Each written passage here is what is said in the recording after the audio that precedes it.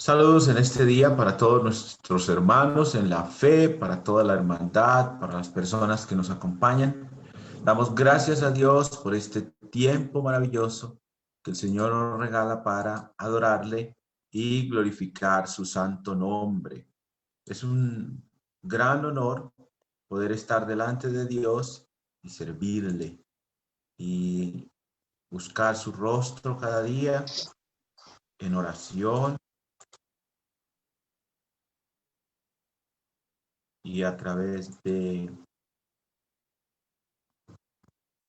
el estudio de su palabra también y todas estas cosas que el Señor cada día nos permite hacer. Vamos a orar, mis hermanos, y vamos a cantar dos alabanzas y enseguidita vamos a quedar con nuestro hermano Steven en esta mañana en el estudio del libro de Ezequiel. Damos gracias a todos ustedes por acompañarnos, a nuestro hermano Steven también, gracias a Dios nos acompaña también. Oremos.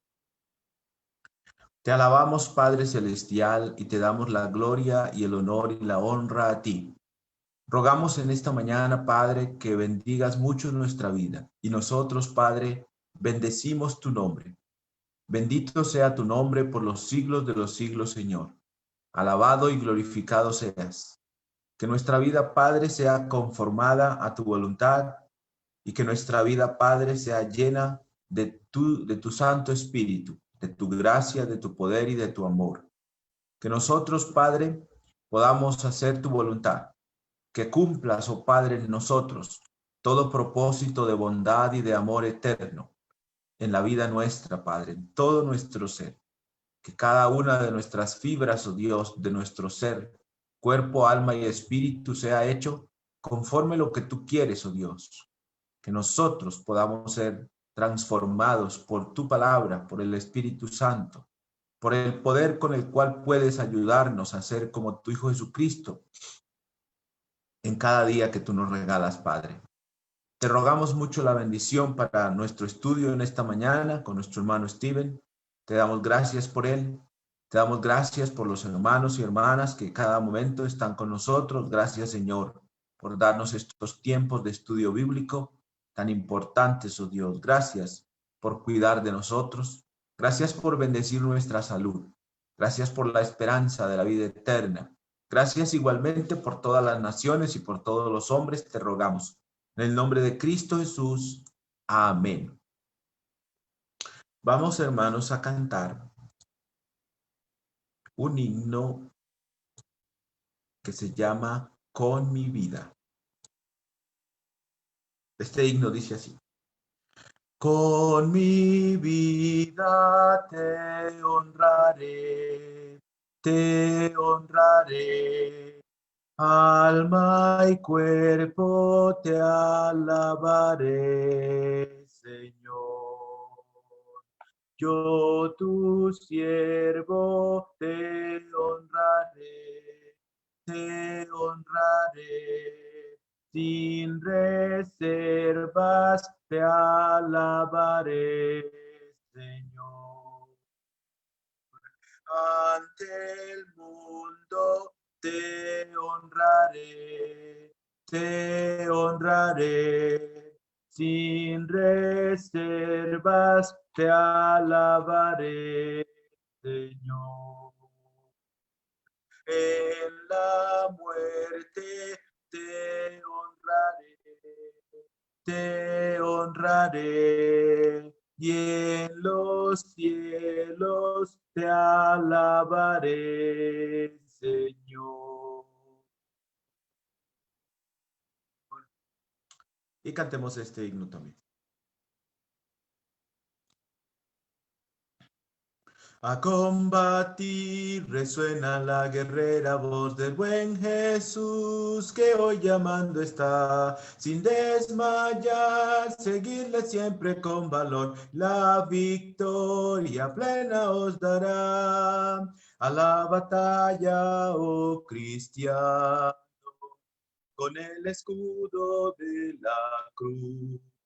De buen soldado, pues a tu lado está el príncipe Jesús. Él con su gracia te sostiene y con potencia sin igual. Su brazo extiende y te defiende en esta lucha contra el mal.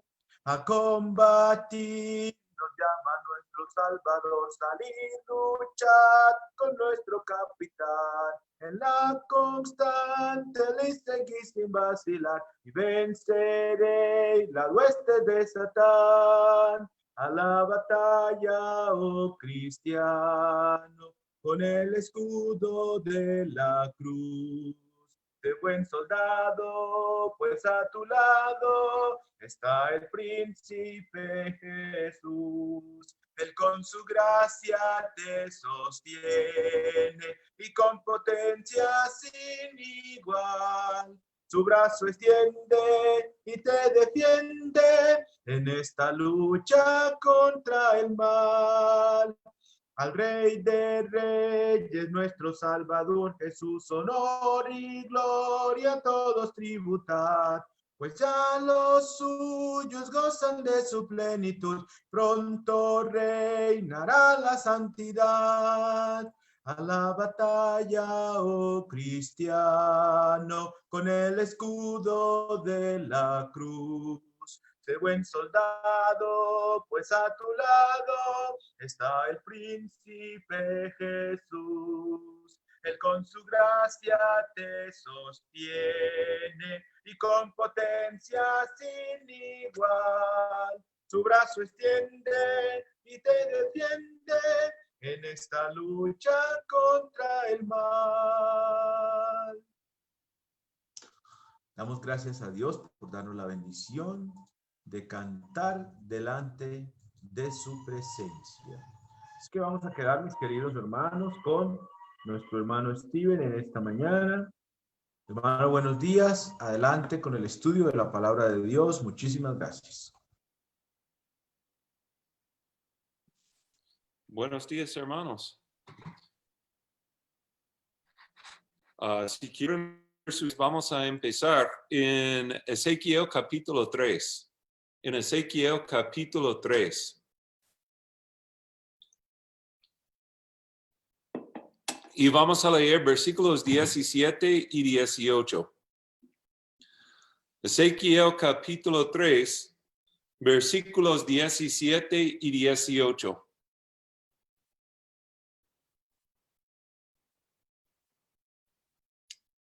Y la Biblia dice: Hijo de hombre, yo te he puesto por atalaya a la casa de Israel. Oirás pues tú la palabra de mi boca y los amonestarás de mi parte. Cuando yo dijere al impío, de cierto morirás, y tú no le amonestares ni le hablares para que el impío sea apercibido de su mal camino, a fin de que viva. El impío morirá por su maldad, pero su sangre demandaré de tu mano. Vemos aquí que Ezequiel ha sido puesto por atalaya a la casa de Israel. Y su propósito tiene que amonestar a los israelitas. Tiene que predicar la palabra de Dios, advirtiéndoles acerca del castigo venidero. Dice aquí en versículo 18, de cierto morirá el impío. El impío va a morir. Y en este contexto, el impío es los israelitas, y específicamente los israelitas viviendo en Jerusalén. Dios está diciendo que mi pueblo en Jerusalén es impío. Recordamos que Ezequiel ya ha sido capturado por los babilonios. Ezequiel está viviendo en Babilonia y está predicando a los exilios en Babilonia. Pero Ezequiel está predicando acerca de la destrucción venidera de la ciudad de Jerusalén, que Dios enviará al ejército babilonio a la ciudad de Jerusalén para destruir a la ciudad. ¿Y por qué vendrá esta calamidad? Dice en versículo 18 que los israelitas son impíos. Dice en versículo 18 que están caminando por un mal camino. Y dice en versículo 18 que están practicando la maldad. Entonces, el pecado tiene que ser castigado. Dios no tolerará el pecado para siempre. Eventualmente, la justicia de Dios exige que el pecado sea castigado. Y Dios enviará un enemigo para castigar a la ciudad de Jerusalén. Que abran sus Biblias, por favor, a Ezequiel capítulo 8, versículo 6. Ezequiel capítulo 8, versículo 6. La semana pasada examinamos capítulo 8 de Ezequiel.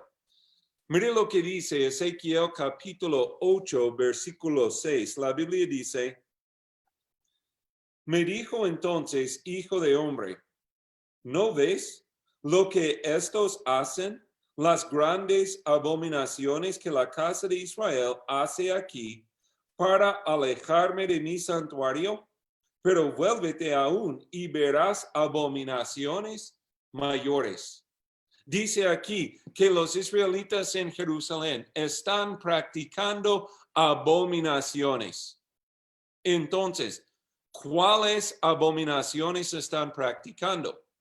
Ya hemos visto la semana pasada 4 abominaciones que encontramos aquí en capítulo 8. Capítulo 8 habla de la imagen del celo, un ídolo que ha sido puesto en el templo de Jehová mismo en Jerusalén. Los israelitas están practicando la idolatría en la casa de Jehová. También dice versículo 8 que están adorando a los animales y tienen imágenes de los animales pintados en las paredes de la casa de Jehová. Y son animales sucios, de los cuales ni deben comer, y están adorando a estos animales. Vemos también que están adorando a un dios falso que se llama Tamuz. Y vemos también que los israelitas están adorando al sol. Están adorando al sol. Entonces, ¿por qué vendrá esta calamidad? La destrucción de Jerusalén. Viene porque los israelitas rechazaron a Jehová y practicaban la idolatría. Y es fácil para nosotros hoy día decir que esta historia no aplica a nosotros, que esta historia es irrelevante a nosotros. ¿Por qué? Porque nosotros no somos idólatras. Pero la cosa es que hoy día rechazamos a Dios igual como los israelitas. Aquí en los Estados Unidos hay leyes que han sido pasadas contra el cristianismo, que el gobierno o la cultura, la población quiere borrar el cristianismo de cualquier lugar público. Dice aquí que no podemos evangelizar públicamente, que no podemos hablar acerca de Dios, no podemos estudiar la Biblia, no podemos hablar acerca del cristianismo. Y en las escuelas es una violación de la ley orar en la escuela o hablar de cosas bíblicas o hablar de cosas relacionadas con Dios o con el cristianismo en la escuela. Aunque muchas escuelas aquí están promocionando el Islam, están promocionando estas religiones falsas, pero piensan que tenemos que proteger nuestros niños de los peligros de la Biblia y del cristianismo. También aunque no adoramos a estatuas, como practicando la idolatría, pero todavía practicamos la idolatría. La Biblia dice en Romanos 1:25, la Biblia dice en Romanos 1:25, cambiaron la verdad de Dios por la mentira, honrando y dando culto a las criaturas antes que al Creador. Y este es algo que estamos haciendo. Tenemos muchas personas adorando a la criatura, habiendo rechazado al Creador del universo. Miren lo que dice Ezequiel capítulo 8, versículo 10. Ezequiel capítulo 8, versículo 10. Entré pues y miré, y he aquí toda forma de reptiles y bestias abominables, y todos los ídolos de la casa de Israel que estaban pintados en la pared por todo alrededor. Vemos aquí que los israelitas están adorando a los animales en la casa de Jehová mismo, en el templo en Jerusalén. Aquí en los Estados Unidos, en algunos estados, es ilegal matar a un cascabel, que la vida de un cascabel es protegido por la ley. Pero en estos mismos estados practican el aborto y matan a miles de personas cada año. Y la cosa es que la vida de una serpiente vale más que la vida de una persona. Mire lo que dice Ezequiel capítulo 8, versículo 16. Versículo 16 dice, y me llevó al atrio de adentro de la casa de Jehová. Y he aquí, junto a la entrada del templo de Jehová, entre la entrada y el altar, como 25 varones, sus espaldas vueltas al templo de Jehová y sus rostros hacia el oriente, y adoraban al sol, postrándose hacia el oriente. Vemos aquí que estos hombres han puesto sus espaldas hacia el lugar santísimo. Han puesto sus espaldas hacia Jehová mismo, que significa que han rechazado a Jehová para poder adorar al sol. Vemos los israelitas adorando al sol, y el sol es algo creado por Dios. Y están adorando a esta cosa creado, habiendo rechazado al creador del universo. Hoy día tenemos muchas personas en el mundo que rechazan a Jehová, que dicen que no hay un Dios. Son ateos, son ambientalistas y aman al mundo. Y el propósito de la vida es: tenemos que proteger el mundo, tenemos que proteger la tierra, tenemos que proteger la selva, tenemos que proteger el bosque, tenemos que proteger al mar, porque aman al mundo, adoran al mundo, aunque han rechazado el creador del mundo. Entonces han cambiado Dios por el mundo. Vivimos en un mundo en la cual la humanidad complace sus deseos carnales, sin restricciones y sin vergüenza. Vivimos en un mundo en la cual todas las personas están fornicando, sin vergüenza, sin restricciones. Todas las personas están cometiendo adulterio. Muchas personas están tomando alcohol, tomando drogas. Muchas personas tomando venganza contra sus enemigos. Muchas personas matando el uno al otro. Muchas personas robando de los demás. Muchas personas mintiéndose. Muchas personas practicando toda clase de maldad, sin restricciones, sin vergüenza, abiertamente y con orgullo acerca de lo que están haciendo. Y el punto es que no podemos sobrevivir mucho tiempo si vivimos así. Miren lo que dice Ezequiel 8, versículo 18. Ezequiel 8, versículo 18 dice: pues también yo procederé con furor, no perdonará mi ojo, ni tendré misericordia, y gritarán a mis oídos con gran voz, y no los oiré. Vemos aquí que Dios tiene que castigar a este pueblo rebelde y malvado.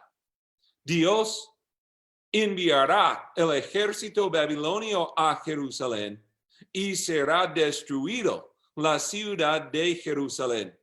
Dios castigó a Israel. ¿Y qué de nosotros? ¿Qué de nosotros? Miren lo que dice Ezequiel capítulo 9, versículo 9. Ezequiel capítulo 9, versículo 9 dice: y me dijo, la maldad de la casa de Israel y de Judá es grande sobremanera, pues la tierra está llena de sangre y la ciudad está llena de perversidad, porque han dicho, ha abandonado Jehová la tierra y Jehová no ve. Vemos aquí lo que dicen los israelitas. Dicen que Jehová no ve. Están diciendo que Jehová no sabe lo que estamos haciendo. Jehová no sabe lo que pasa aquí en esta ciudad. Están diciendo que Jehová es ignorante de nuestros pensamientos y de nuestras vidas. Jehová no ve. Es interesante aquí que los israelitas no están negando la existencia de Jehová, no están diciendo que Jehová no es, sino que están negando la relevancia de Jehová. Los israelitas están diciendo que Jehová no es relevante. Entonces, ¿dónde vivo yo aquí en los Estados Unidos? Los americanos creen en Dios. La mayoría de los americanos creen en Dios, pero le tratan a Dios como un Dios irrelevante. El hecho de que hay un Dios no transforma su vida, sino que siguen viviendo en sus pecados, siguen practicando toda clase de maldad, sin vergüenza, sin restricción, con mucho orgullo acerca de su estilo de vida, aunque creen que hay un Dios y están tratando a Dios como un Dios irrelevante. ¿Y qué produce el creer en un Dios irrelevante? Miren lo que dice Ezequiel 9, versículo 9. Ezequiel 9, versículo 9. Y me dijo, la maldad de la casa de Israel y de Judá es grande sobremanera, pues la tierra está llena de sangre y la ciudad está llena de perversidad. ¿Por qué? Dice, porque han dicho, ha abandonado Jehová la tierra y Jehová no ve.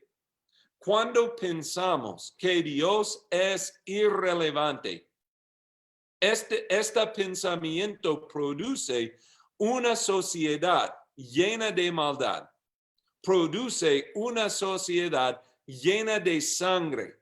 Cuando habla de sangre, habla de la violencia y llena de perversidad. Y así están viviendo los israelitas en Jerusalén. Si Dios no ve, si Dios no sabe, si Dios es ignorante, si Dios es irrelevante, no tenemos que darnos cuenta delante de Jehová. Si Dios es irrelevante, no hay consecuencias por nuestros pecados. No hay un castigo venidero. Los israelitas le trataron a Dios por irrelevante. Dios pronto les mostrará cuán relevante es. Mire lo que dice Ezequiel capítulo 9, versículo 1.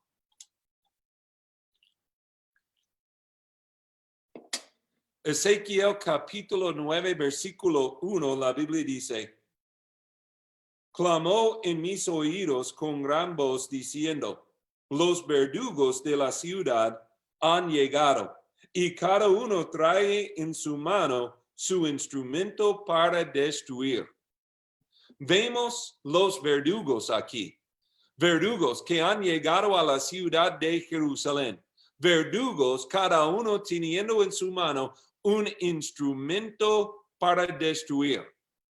Estos verdugos han sido llamados por Jehová o enviados de Jehová. Han sido enviados a la ciudad de Jerusalén porque estos verdugos están haciendo la voluntad de Jehová. Este pueblo lleno de maldad, este pueblo lleno de sangre, este pueblo lleno de perversidad, no puede seguir existiendo. Dios tiene que castigar. Dios tiene que destruir a esta sociedad pecaminosa. ¿Cómo estuvo el mundo en el día de Noé? La Biblia describe el hombre en el día de Noé en Génesis capítulo 6, versículo 5. En Génesis capítulo 6, versículo 5, la Biblia dice, y vio Jehová que la maldad de los hombres era mucho en la tierra, y que todo designio de los pensamientos del corazón de ellos era de continuo solamente el mal. El mundo en el día de Noé era tan malvado que no pudo seguir existiendo. Que la santidad de Dios, que la justicia de Dios exige que el pecado sea castigado. ¿Qué pasó a las ciudades de Sodoma y Gomorra? Las ciudades fueron destruidas. ¿Por qué? Porque Dios no tolerará el pecado para siempre. Y si escogemos nosotros vivir en pecados, el juicio de Dios será derramado sobre nosotros también. Muchas personas no creen en el juicio de Dios. Muchas personas dicen que Jehová es amor y ama y perdona y es misericordioso y no creen que viene un castigo venidero, no creen que hay un día de juicio venidero. Pero aprendemos por medio de la historia de Ezequiel que Dios es relevante y el hecho de que Jehová es santo y justo debe transformar nuestras vidas. No podemos engañarnos pensando que podemos seguir viviendo en nuestros pecados sin consecuencias. Dios envió estos verdugos a la ciudad de Jerusalén. Estos verdugos tienen instrumentos para destrucción, instrumentos de muerte. Y los verdugos mismos son instrumentos de la ira de Dios. Por medio de estos verdugos, Jehová está derramando su ira sobre este pueblo rebelde. Y estos verdugos simbolizan el ejército babilonio. Mire lo que dice Ezequiel capítulo 9, versículo 2. Ezequiel capítulo 9, versículo 2 dice, y he aquí que 6 varones venían del camino de la puerta de arriba y mira hacia el norte, y cada uno traía en su mano su instrumento para destruir. Y entre ellos había un varón vestido de lino, el cual traía a su cintura un tintero de escribano. Y entrados, se pararon junto al altar de bronce. Vemos aquí que los verdugos entraron en el templo de Jehová, donde, según Ezequiel capítulo 8, los israelitas están practicando la idolatría. Mire lo que dice versículo 3. Ezequiel 9, versículo 3. Y la gloria del Dios de Israel se elevó de encima del querubín, sobre el cual había estado al umbral de la casa. Y llamó Jehová al varón vestido de lino, que tenía a su cintura el tintero de escribano. Vemos aquí la gloria de Dios elevándose. ¿Por qué? Porque Jehová está saliendo de su casa.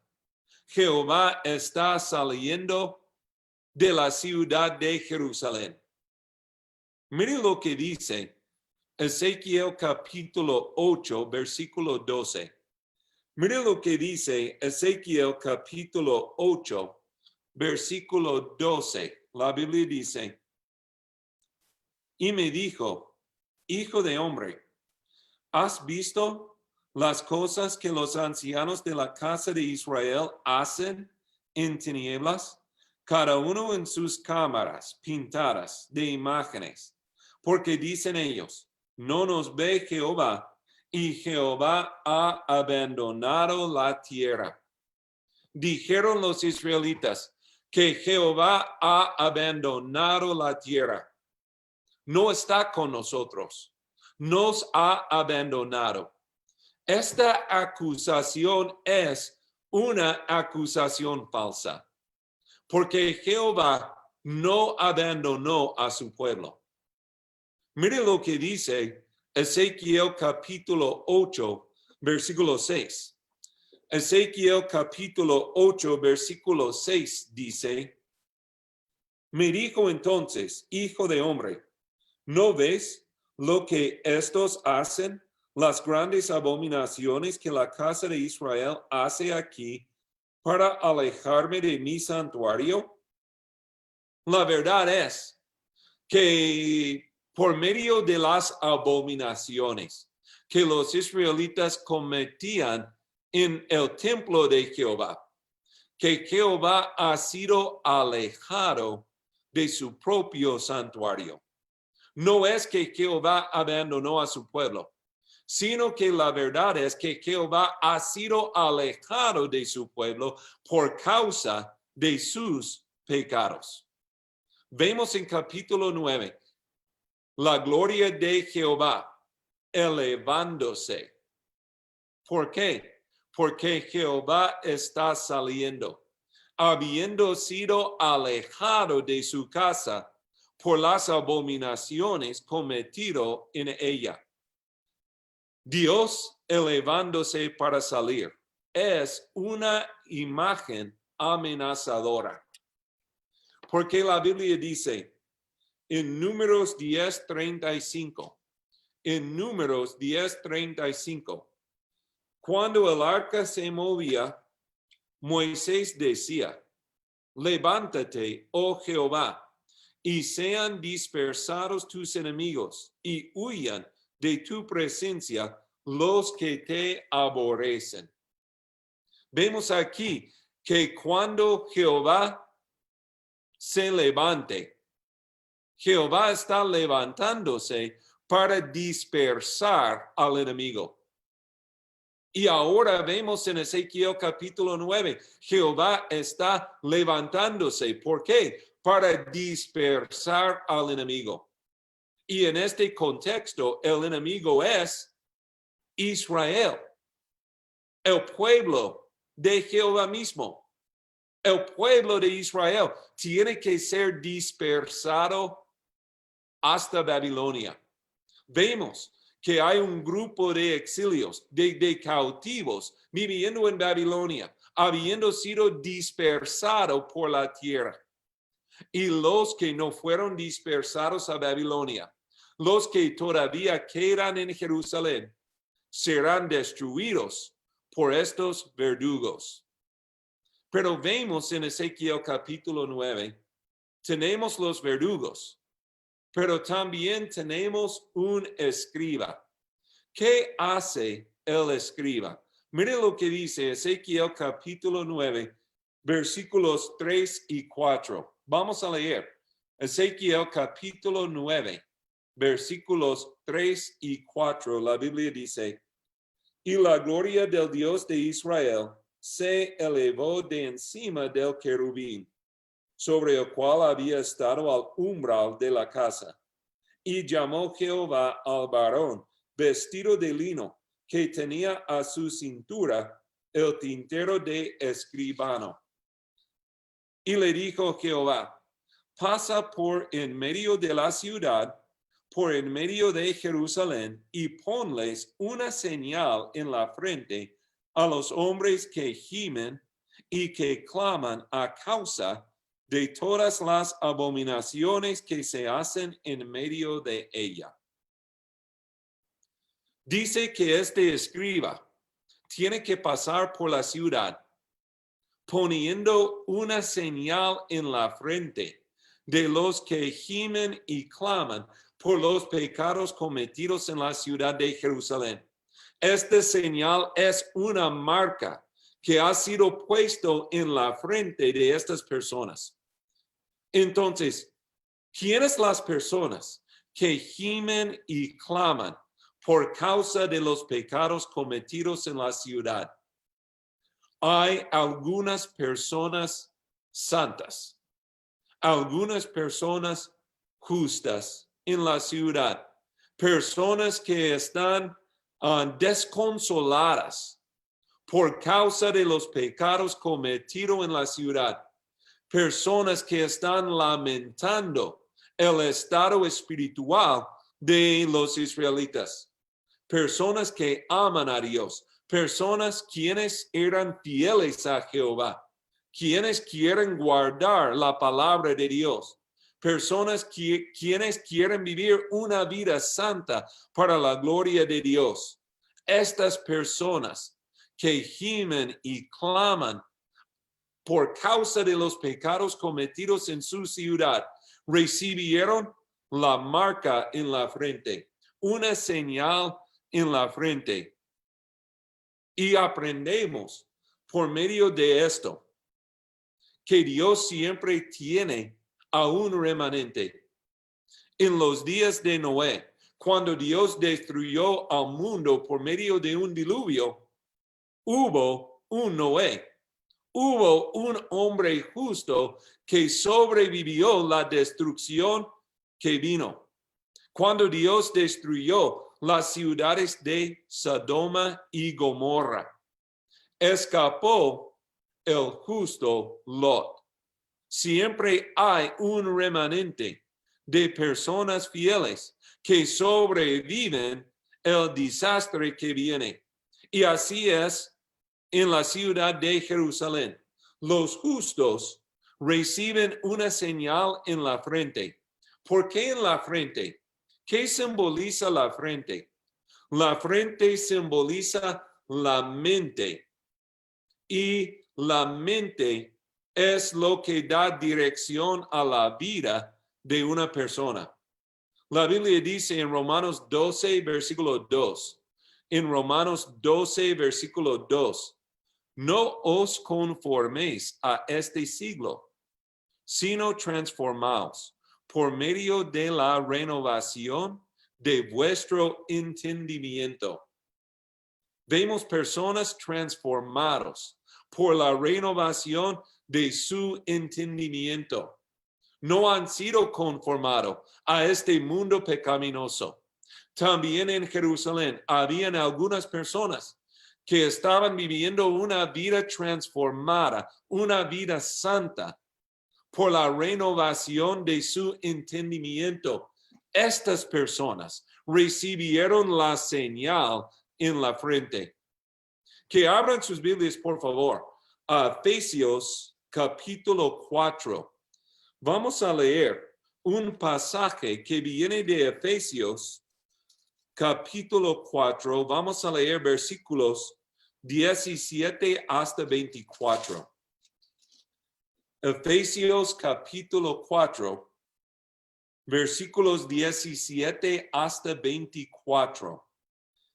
Efesios 4, 17 dice: Esto pues digo y requiero en el Señor, que ya no andéis como los otros gentiles, que andan en la vanidad de su mente, teniendo el entendimiento entenebrecido, ajenos de la vida de Dios, por la ignorancia que en ellos hay, por la dureza de su corazón, los cuales, después que perdieron toda sensibilidad, se entregaron a la lascivia para cometer con avidez toda clase de impureza.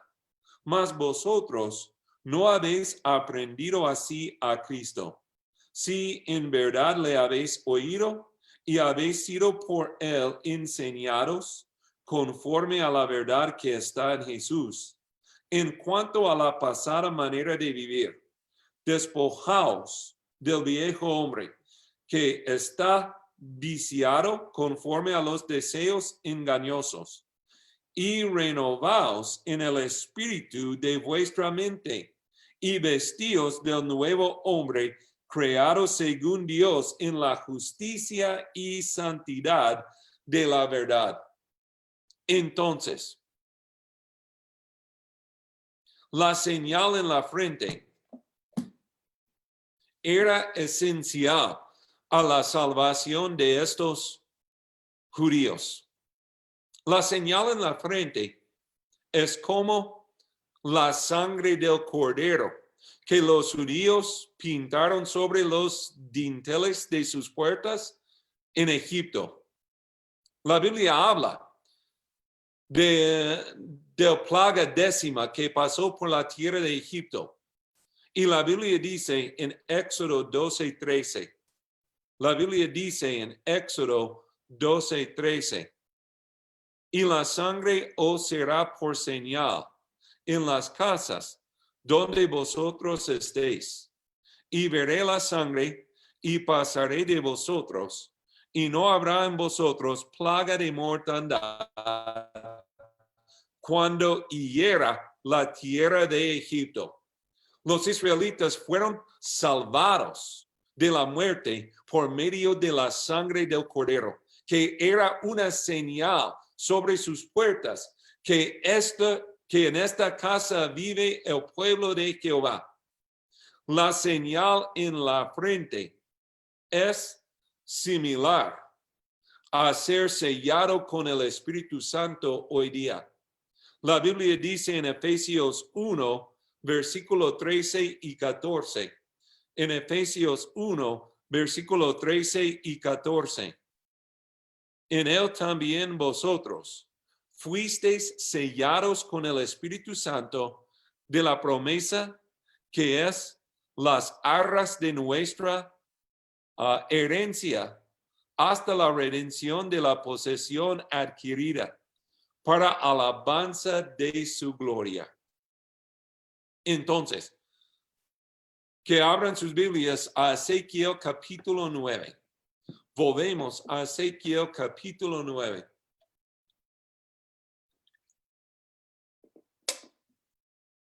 Ezequiel capítulo 9 y vamos a leer versículos 5 y 6. Ezequiel capítulo 9, versículos 5 y 6. Y a los otros dijo, oyéndolo yo, pasad por la ciudad en pos de él y matad. No perdone vuestro ojo, ni tengáis misericordia. Matad a viejos, jóvenes y vírgenes, niños y mujeres, hasta que no quede ninguno. Pero a todo aquel sobre el cual hubiere señal, no os acercaréis, y comenzaréis por mi santuario. Comenzaron pues desde los varones ancianos que estaban delante del templo. Vemos aquí el juicio de Dios y la misericordia de Dios. Vemos aquí personas castigadas y personas salvadas. Y lo que aprendemos es que Dios hace una distinción entre el justo y el impío. Miren lo que dice el versículo 8. Versículo 8. Ezequiel capítulo 9, versículo 8. Aconteció que cuando ellos iban matando, y quedé yo solo, me postré sobre mi rostro y clamé y dije: Señor Jehová, ¿destruirás a todo el remanente de Israel, derramando tu furor sobre Jerusalén? Vemos aquí que Ezequiel se siente solo, que Ezequiel piensa que es el único persona justa en toda la ciudad de Jerusalén, y pregunta una pregunta importante: ¿será destruido por completo toda la casa de Israel? ¿Será alguien salvado? Mire lo que dice el versículo 11. Versículo 11 dice: y he aquí que el varón vestido de lino, que tenía el tintero a su cintura, respondió una palabra diciendo: he hecho conforme a todo lo que me mandaste. Vemos aquí que el escriba cumplió con su deber. Y el hecho de que el escriba cumplió con su deber implica que algunas personas recibieron una señal en la frente, que algunas personas sobrevivieron la destrucción de Jerusalén. Pocas personas fueron salvados, pero algunas personas fueron salvados. Este capítulo termina con esperanza, y la esperanza se encuentra en el hecho de que el escriba cumplió con su deber.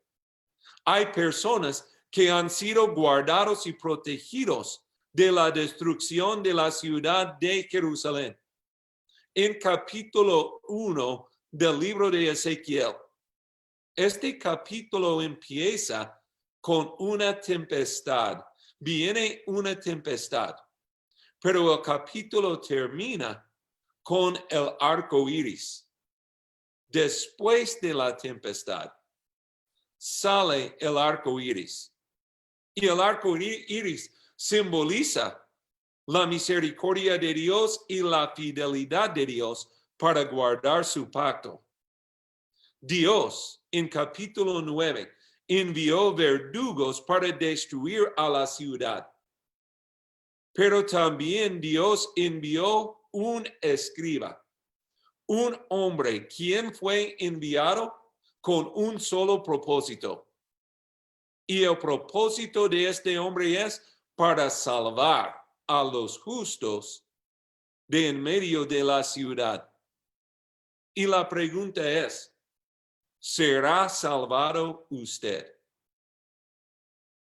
¿Es usted una persona que gime y clama por los pecados cometidos en su pueblo? ¿Es usted una persona desconsolada por los pecados cometidos en su pueblo? ¿Es usted una persona quien recibirá la señal en la frente? Nosotros somos salvados hoy día por medio de la sangre de Jesús y recibimos la señal cuando estamos bautizados. Por medio del bautismo, nosotros estamos lavados en la sangre de Jesús y recibimos el don del Espíritu Santo. Tenemos que ser añadidos entre los salvos por medio de Cristo Jesús, nuestro Señor, y que vivamos una vida transformada por la renovación de nuestras mentes. Que Dios les bendiga, hermanos, y que tengan un buen día hoy. Muchas gracias.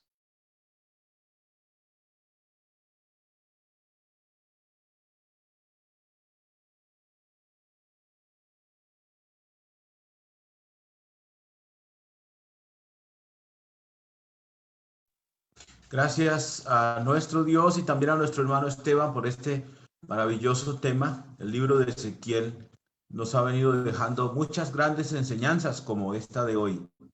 Nuestra posición, nuestra actitud ante lo malo. Saben que a veces yo creo que pecamos porque somos más críticos que lamentadores.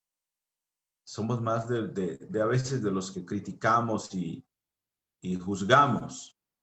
Y lo que Dios estaba mirando en Jerusalén era quién estaba llorando o lamentando, triste, desconsolado por el problema que veía. El pecado ha estado ahí como hoy. Yo creo que es buena pues entiendo esto hoy en el caso de lo que el hermano explica. Por ejemplo, en la ciudad de Medellín hay mucha maldad, y en Colombia y en todos los países, como el hermano mismo dice de Estados Unidos, donde no matan una culebra, pero matan a miles de niños por el aborto. Es una cosa horrible. ¿Y quién se está lamentando por eso? Creo que ese es el papel de nosotros, de los cristianos. Vamos a orar, mis hermanos, y luego vamos a ver la hora. Vamos a orar. Padre Santo, gracias te damos por este tiempo y también por el libro de Ezequiel y por nuestro hermano Esteban que nos ha estado enseñando, Padre Santo, en este libro. Gracias, Señor, por darnos esta gran oportunidad los sábados. Permite que podamos seguir siempre estudiando, Señor, y llegar al final de todo este libro y comprender mucho, Padre. Abre nuestro entendimiento.